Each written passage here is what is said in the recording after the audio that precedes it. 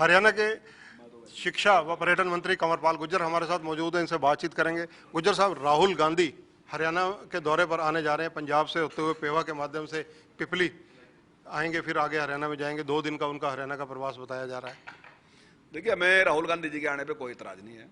राहुल गांधी जी आए, अपनी बात कहें, लेकिन नियमों का न तोड़ें। देखिए, आज सारे देश के सामने, पूरी दुनिया के सामने कोरोना की वजह से बहुत बड़ी समस्या है और ज़्यादा भीड़ इकट्ठी करना बिल्कुल खतरनाक है। और मैं समझता हूँ कि जो नेता है उसकी जिम्मेदारी है कि वो जनता की परवाह करे, उसकी चिंता करे उसकी, और वो विचार करे इस बात पे। ऐसा कैसा नेता जो अगर जनता की चिंता नहीं करता तो फिर नेता किस बात का है? तो नेता को चाहिए कि उसका चिंता करे और जो भी नियम कानून है उसको मानने के लिए उसको, और जनता की बजाय उसको 2 स्टेप आगे होना चाहिए ताकि लोग उससे सीखे कि देखिए नेता ये कर रहा है, मुझे भी ये करना। आजकल तो इलेक्शन में भी लोग सोशल मीडिया से और दूसरों से बातचीत कर रहे हैं वोट मांगने के लिए भी, ताकि भीड़ इकट्ठी ना हो। तो हमारा कहना इतना ही है कि उसको भीड़ नहीं इकट्ठी करनी चाहिए। अपनी बात कहने के लिए स्वतंत्र है, देश में लोकतंत्र है, सबको अपना राइट है। लीडर को तो राइट है ही, लीडर के अलावा किसी को भी, जो बड़े नेता के को छोड़ के आम आदमी को भी राइट है, चाहे वो किसी पार्टी में नहीं है, वो आम आदमी है, उसको भी राइट है अपनी बात कहने का। अगर उसको लगता है कोई बात उसको पसंद नहीं तो उसका विरोध कर सकता है, अपनी बात कह सकता है। राहुल गांधी को हरियाणा में आने की अनुमति दी जाएगी या नहीं दी जाएगी? देखिए, अनुमति देने में हमारा कोई इतराज नहीं है। अनुमति तो वही वो आए, लेकिन हमारा कहना यह है कि भीड़ ना करें, मतलब ज़्यादा लोगों की ज़्यादा संख्या ना इकट्ठी करें। ठीक है, कुछ लोग हैं, जितने लोग हैं वो इकट्ठे करें, और जैसा आप एक माध्यम है, आपका चैनल माध्यम है, और जो सारे चैनल हैं वो के माध्यम है, वो उस पर अपनी बात कहें। तो मैं समझता हूँ अगर उस पर बात कहेंगे तो बहुत बड़ी संख्या तक बात पहुँच जाएगी। सोशल मीडिया है, सोशल मीडिया पे अपनी बात करें, और अगर उनके पास कुछ कहने के लिए है तो कहें। लेकिन मैं इतने दिन से देख रहा कि कोई गंभीर बात नहीं है कहने के लिए। मैंने किसान यूनियन को देखा, किसान यूनियन ने कोई सारा कभी बात नहीं करी अब तक। अब मैंने कांग्रेस को देखा, कांग्रेस ने कोई बात नहीं करी। अब पहले तो कांग्रेस अपने घोषणा पत्र में ले कह रही कि ही कानून हम बनाएंगे, अब कह रही किसान इससे बर्बाद हो जाएगा, क्योंकि कांग्रेस का तो बहुत था नहीं बनने का। ना कांग्रेस बनी, ना उसके पास कुछ आया। सरकार बनेगी नरेंद्र मोदी जी की, नरेंद्र मोदी जी ने वही सारी बातें इंप्लीमेंट कर दी, बढ़िया तरीके से इंप्लीमेंट कर दी। अब उसका विरोध करना शुरू कर दिया कि ये गलत कर दिया, इससे किसान तबाह हो जाएगा। ये जो 3 बिल आए, ये 100% किसान के हित में है, और निश्चित तौर से एक बड़ा परिवर्तन होगा और किसान समृद्ध होगा इससे। राहुल गांधी को जो ये एकाएक हरियाणा की याद आई है, इसके पीछे क्या राजनीतिक कारण क्या लगते हैं आपको? नहीं, कुछ नहीं, बस अब ये जैसे अब आड़तियों का आंदोलन था, ये आड़तियों के आंदोलन से इसमें किसान यूनियन आएगी। अब किसान यूनियन और आड़तियों ने कड़का एक ठकराया, तो इन्हें सोचा तो चलो ठीक है, तुम भी हाथ सेक लो, इस पर क्या बात थी। तो कांग्रेस भी आएगी हाथ सेकने वास्ते, अपने तो क्या भीड़ तो इकट्ठी ही रही थी, चलो तुम भी हाथ सेक लो, तो वो भी आएगी इस पर। लेकिन मुद्दा नहीं है कुछ भी। कांग्रेस ने 1 मिनट भी इस पर विचार नहीं किया कि इसका विरोध करना हमारे लिए, उनके लिए घातक हो जाएगा। क्योंकि अगर आप ऐसा चीज का विरोध करेंगे जो किसान के हित में है, अब ऐसा तो है नहीं कि राहुल गांधी जी को ऐसा जादू कर देंगे कि समझ में नहीं आने की बात। अब ये बात कुछ लोगों की अब समझ में आएगी, कुछ लोगों की 3 महीने में आ जाएगी, कुछ लोगों की 6 महीने में समझ में आ जाएगी। और लोग फिर उसके बाद लोगों को गुस्सा होगा, और वो गुस्सा सारा का सारा कांग्रेस के ऊपर निकलेगा। पिछली बार तो कुछ 40-45 सीटें भी गई थी, अगली बार ये भी साफ हो जाएंगी। जिस प्रकार से पिपली, जहां पिछले दिनों लाठीचार्ज हुआ, वहीं पर राहुल गांधी को क्यों लाया जा रहा है, क्या कारण लगते हैं आपको? देखिए, पहले तो मैं बिल्कुल भी इस बात को मानता ही नहीं कि लाठीचार्ज हुआ, कहीं कोई लाठीचार्ज नहीं हुआ, बिल्कुल सफेद झूठ है। कुछ सोशल मीडिया ने, किसी ने इस तरीके की बात बना ली कि लाठीचार्ज शब्द का प्रयोग रहा, कहीं कोई लाठीचार्ज नहीं। ठीक है, भीड़ है, कहीं थोड़ी बहुत धक्का मुक्की होती है, इतनी बात है, इसके अलावा कुछ नहीं। 2 आदमियों के सिवा तीसरा आदमी नहीं दिखा सके। एक सुरजेवाड़ा का जो नजदीकी व्यक्ति था, उसके सिर में चोट थी लगी। एक बुजुर्ग आदमी था जिसके पैर पर चोट लगी। उस तीसरा आदमी मुझे बता दो कौन सा दिखाया उन्होंने?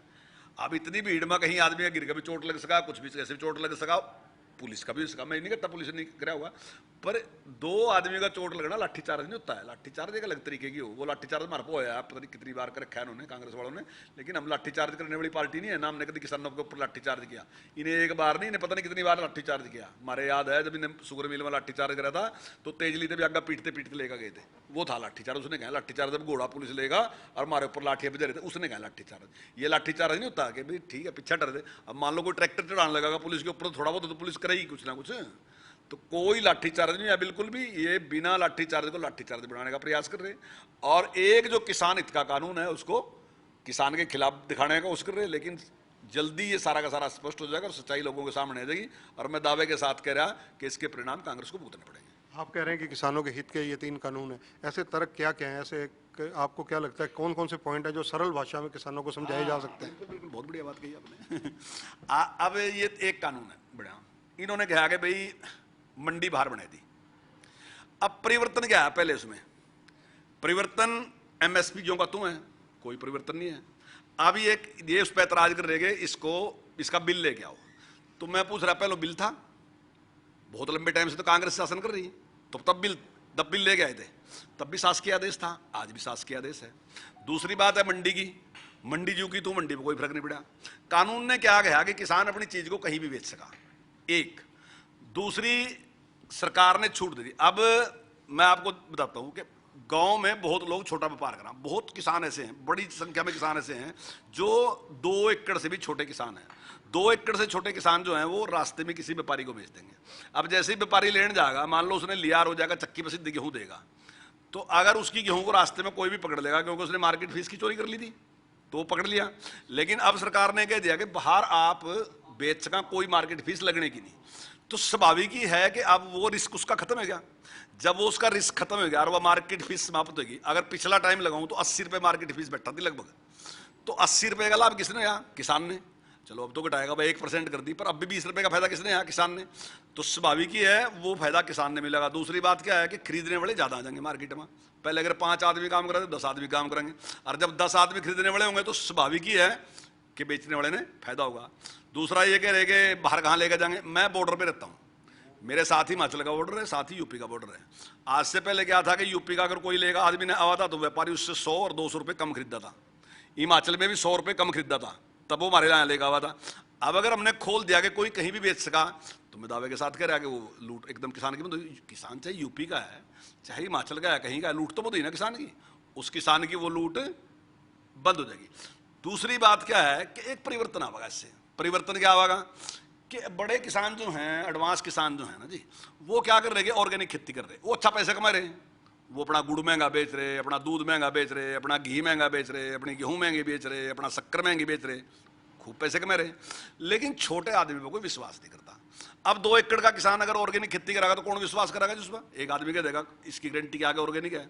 लेकिन अगर मंडी बाहर स्थापित होगी और मंडी में ये चीज उपस्थित होगी, तो उस आदमी के पास 100 ग्राहक रहे, 100 किसान उसके ग्राहक हैं, 200 किसान ग्राहक हैं, और वो ऑर्गेनिक का काम कर रहे हैं। तो आप कहोगे कि साहब इसकी गारंटी क्या है, इसमें गेहूं ऑर्गेनिक है, लेकिन वो मशीन में लेकर जाएगा और मशीन चेक कर देती कि ऑर्गेनिक है, तो आपका शक दूर है ना जी। फिर तो आपने शक नहीं रहा कि ये किसान ऑर्गेनिक दे रहा है, दूसरी दे रहा है, क्योंकि चेक है।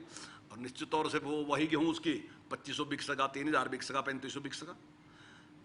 तो ये जो चेंज है ना जी, ये चेंज आएगा। और इस चेंज का फायदा आने वाले टाइम में क्या होगा कि अभी नहीं बहुत बड़ा किसान, अभी जैसे ही ये मंडी शुरू होगी तो थोड़े थोड़े किसान, इसमें 1% किसान अभी इधर आएगा, बाहर निकलेगा, फिर 2% किसान निकलेगा बाहर आएगा, फिर उस 2% ने देखकर दूसरे किसान कहेंगे कि हमें भी इस साइड में बढ़ना चाहिए। जहां इससे हमारी जमीन बचेगी वहीं हमारी आमदन बढ़ेगी। तो निश्चित तौर से देखने से, भाषण से कुछ नहीं होता, मैं कितना ही भाषण दे लूं वो असर नहीं करने का। लेकिन अगर मेरे गाँव में एक आदमी खेती कर रहा तो उसने देखकर मैं निश्चित तौर से करूंगा। तो गुज्जर साहब, फिर किसान आखिर क्यों सड़कों पर हैं? जगह जगह सड़कें रोकी जा रही हैं, रेल रोकी जा रही हैं। ये तो सारा आड़तियों का है। पहले क्या था, हम आड़तियों को पेमेंट कर रहे थे। अब पिछले 3 साल से माननीय मुख्यमंत्री जी ने कहा था कि भी पेमेंट तो हम सीधा किसान को करेंगे। तो ये सारे आड़ती हमारे पास आए थे, इन्होंने कहा जी पेमेंट हमें होनी चाहिए, हमने भी कहा जी इतनी जल्दी नहीं होनी चाहिए। तो ठीक है, हमने इनकी पेमेंट दे दी। फिर दूसरी बार ये मैंने साफ इनसे कहा, मेरे पास आए थे, मैंने साफ इनसे कहा कि कोई दुनिया की ताकत इसको रोक नहीं सकती। पेमेंट 100% किसान के खाते में जागी, लेकिन आप अपने सिस्टम को ठीक कर लो। लेकिन अगर न्याय की दृष्टि से देखा तो पेमेंट किसकी जानी चाहिए? 100% किसान के पास जानी। चीज हमने किससे खरीदी? किसान से। हमने धान किससे खरीदा? किसान से। गेहूं किससे खरीदी? किसान से। और पेमेंट किसको दे दी? आड़ती को। आड़ती क्यों दी भाई? आड़ती ने तो एक हमें फड़ उपलब्ध करवाया, हमने उसके फड़ पर अपनी गेहूं डाल दिया, धान डाल दिए। फिर उसने एक पंखा लगाया, अगर मेरे में कुछ मतलब कमी थी तो, गर्दा था या कुछ दूसरा था, उसने साफ करवा दिया। फिर उसने उसकी पैकिंग कर तुलवा दिया और बोरियों में पा दिया। यो काम उसका। इसकी बदल जिस किसान ने 6 महीने काम कर रखा था उसकी पेमेंट मैंने आड़ती को दे दी। था गलत बिल्कुल ही। अब इससे क्या है कि जैसे ही आप आड़ती को पेमेंट दोगे ना जी, तो किसान की स्थिति कमजोर हो जाएगी। अब मैं आपको बता रहा, एक आदमी ने 20,000 की गेहूं आड़ती पर डाल ली और वो उसके बाद पेमेंट लेने गया किसान पर, ना आड़ती के पास किसान गया, और आड़ती ने कहा कि देखो आज तो टाइम नहीं है, कल आइए। फिर वो कल गया, फिर उन्होंने कहा परसों आइए, फिर परसों गया, उन्होंने कहा चौथा आइए। बिल्कुल ऐसे ही है, मैं वैसे नहीं उदाहरण दे रहा, ऐसे ही होता है। चौथी बार जाकर आड़ती ने उसने कहा कि ठीक है तेरा साफ कर देंगे, उसको साफ कर दिया। उसने कहा भी तो 8,000 रुपये मेरे पे ब्याज पर लेकर गया था, 8,000 का ब्याज लगा दिया। फिर उसने जो उसका मुनीम था उसने कहा चौधरी साहब आप हमारे पते बीज लेकर गए थे, आप हमारे पते खाद लेकर गए थे, आप हमारे पते पेस्टिसाइड लेकर गए थे, ये लेकर गए थे ना लेकर गए थे, सारा हिसाब कर दिया और उसने कहा ये सारा सौदा बन गया 12,000 रुपये का।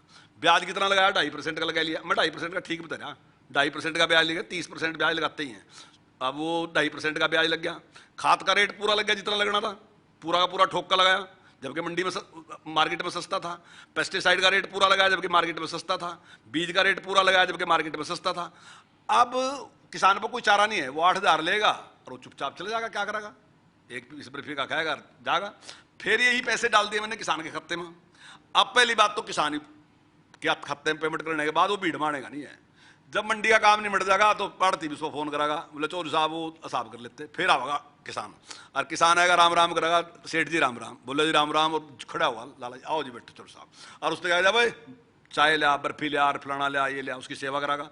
और उसने कहेगा जी, वो कहेगा साहब, फिर वही साहब की पर्ची जो सी थी वही की वही पर्ची है, मैं थोड़ा सा मान रहा वही पर्ची है, ब्याज 2.5% ही है, खाद का रेट वही है, सारा है। लेकिन किसान की जेब में पैसे हैं ना, अब काटती की जेब में पैसे नहीं। किसान कहेगा लाला जी आजकल 2.5% का ब्याज नहीं रहा, आजकल 1.5% का ब्याज है। लेकिन आड़ती कहेगा नहीं 1.5 का नहीं है, 2.5 का ही है। पर दोनों में बहस होगी, फिर बाद में 1.25 पर फैसला हो जाएगा, होगा नहीं होगा, 100% 1.25 पर होगा, 1.5 भी होगा, पर 1.5 बंद 1.25 होगा। फिर वो खाद का रेट कहेगा, आपने खाद का रेट मेरे पर 20 रुपये ज़्यादा लगा रखा, सोसाइटी में यो रेट था और वहाँ दुकान पर यो रेट था, आपने 20 रुपये ज़्यादा लगाया, मैं तो ठीक टाइम पर पैसे दे रहा, फिर वो 20 रुपये कटवाओगा कट्टे किलो। फिर उसके बाद वो बीज का रेट करागा, बीज का रेट कहेगा दुकान पर यो रेट था तो यो रेट लगा रहेगा, फिर मैं कटवागा। फिर पेस्टिसाइड के पैसे क्यों कटवागा? क्योंकि पैसे किसान की जेब में है। अब किसान सारों पर काटा मरवा होगा जहां जहां हमने फालतू लगे रखे। तो मैं ये पूछना चाहूं, या किसान यूनियन या कांग्रेस जो है ये किसान के हित की लड़ाई लड़ रही है, एक आड़तियों के हित की लड़ाई लड़ रही। और वास्तविकता में जो आंदोलन है पंजाब और हरियाणा में, सारा आंदोलन जो है आड़तियों का खड़ा कराया। जब आड़तियों ने खड़ा कराया तो किसान यूनियन इसके साथ लगी। किसान यूनियन ने कभी कोई ठीक ढंग का काम कराया नहीं है आज तक। आप सारा इतिहास ठाकर देख लो, आपने एक पॉइंट भी नहीं मिलने का नहीं लड़ा। ये तो ऐसे ही करते हैं सारा का सारा, ऐसी मटर गश्ती होती है इनकी। और ये उनके पक्ष में खड़े, और जब उनके पक्ष में आड़ती, जबकि नेता किसान के नाम किसान यूनियन खड़े आड़ती के पक्ष में, और आड़ती के पक्ष में खड़का आंदोलन खड़ा। और जब देखा कि भाई अल्लाह बढ़ गया, ठीक सा रहा, माहौल सा रहा, तो कांग्रेस सोचा ऐसी बढ़िया मैं तो हाथ तम भी सेक लो अपने।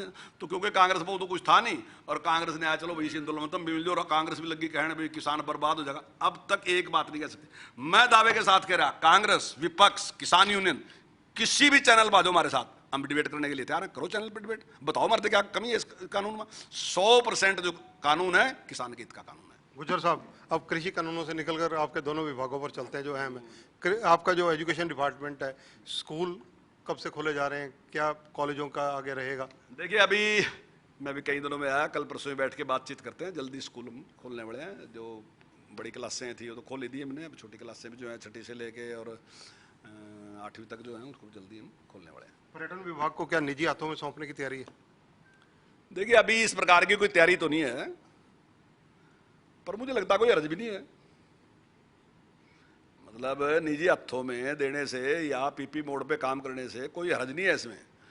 मतलब देखिए जो विभाग है ना ये टोटली बिजनेस है, सेवा नहीं है। या एजुकेशन सेवा है, हॉस्पिटल सेवा है, सड़क बनाना सेवा है, पंचायत में गलियां नालियां बनाना सेवा है। पर्यटन विभाग जो है सेवा नहीं है, बिजनेस है। और बिजनेस घाटे में नहीं कोई भी करता, ना सरकार ने करना चाहिए ना कोई और करता है। हाथरस में जो कुछ हुआ उसको लेकर कांग्रेस निशाने पर ले रही है बीजेपी सरकार को, क्योंकि वहां भी बीजेपी है। देखिए उसकी इंक्वायरी सीबीआई को दे दी। अभी माननीय मुख्यमंत्री योगी आदित्यनाथ जी ने उसमें देरी लगाई, साथ के साथ वो उन्होंने सीबीआई को जांच दे दी, और जल्दी उसका जो भी होगी सच्चाई वो सामने आ जाएगी। और मैं तो ये कहूँगा, देखो अगर कोई दोषी है तो सख्त से सख्त सजा मिलनी चाहिए। लेकिन जिस तरीके से इन बेटियों को ना बनाने लग रही है, उस जात की है, उस जात की है, बेटी तो बेटी है, और बेटी का मतलब सारे देश की बेटी है वह। अगर उसके साथ कोई भी न्याय, यार कोई भी जाति है उसकी, देखिए अपराधी की कोई जाति नहीं होती है। ये इस तरीके से जोड़ना कि किसी 3 आदमियों ने गलत काम कर दिया और उसकी बरादरी का आप नाम लोगे, ये बहुत बड़ा अपराध है। उसी की बिरादरी के लोग हजारों की संख्या में ऐसे होंगे जो उस बेटी के पक्ष में हैं। मैक्सिमम 99% लोग बेटी के ही पक्ष में होंगे। लेकिन इस तरीके से क्या है कि उनको लगता है कि शायद ये तो हमारे ऊपर ही रोप लग दिया। और बेटी के बारे में उसको जाति की बेटी नहीं होती, बेटी सबकी है। अगर किसी बेटी के साथ ऐसा अपमान होता है तो गलत है, पाप है, बिल्कुल नहीं होना चाहिए। तो ये हैं कंवरपाल गुर्जर, हरियाणा के शिक्षा व पर्यटन मंत्री हैं। इनका कृषि कानूनों के मामले में जितना इन्होंने सरल तरीके से आम जनता तक अपना मैसेज देने की कोशिश की, लगता है कि बीजेपी की अब पूरी की पूरी जो तैयारी है इस मामले में, और बीजेपी के जो मंत्रीगण हैं अगर इसी तरह से अपना पक्ष रखते रहे तो निसंदेह इनकी बात जनता तक पहुंच पाएगी। कैमरामैन सुनील के साथ चंद्रशेखर धरनी, पंजाब केसरी टीवी, चंडीगढ़।